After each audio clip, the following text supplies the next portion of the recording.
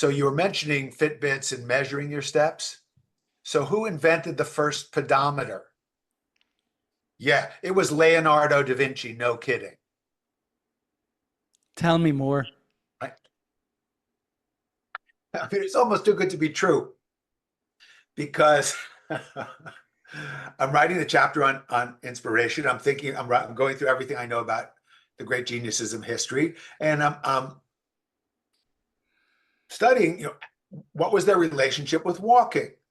Well, it's not hard to find because if you just look at random quotes on the internet about walking from geniuses, there's tons of them. Now, many of them are not accurate. And of course, I go through and find out who really said what and when they say it and what was the context and corroborate it, get the real source.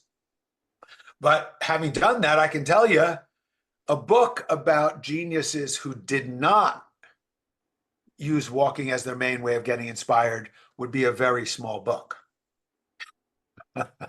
So Leonardo da Vinci, I found the picture. He invented the pedometer because walking was his favorite exercise. He would walk in Italy. They have something they call the passeggiata.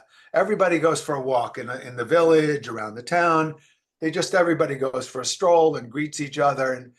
And Leonardo walked with so much grace and elegance and poise that commentators of the time would report that people would just come out to watch him move, to watch him walk, because he was so elegant and graceful.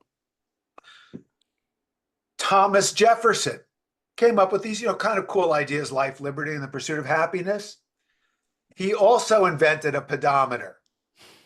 They called them Thomas meters because both Leonardo and Jefferson, two of history's greatest geniuses, thought if people can measure their steps, they're likely to walk more. And walking is so good for the spirit, the mind, the heart, and the body, for the whole quadrinity. So obviously, the same thing is true in different fields of genius. Beethoven loved to walk in the field of music, as did Mahler and so many other great composers. Emily Dickinson, the list of poets, Mary Oliver writes that she would just stop in the middle of her walk and start writing her poem. And that's the other thing they all say too, is keep a notebook with you. Thomas Hobbes, the great philosopher, had an inkwell put into his walking stick so he could have enough ink to jot down his ideas when he was out for his walks.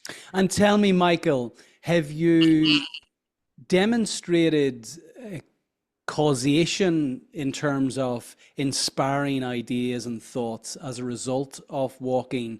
Or is it simply that these people are active people and there's a correlation? Well, so there's a lot of anecdotal evidence, but in the book,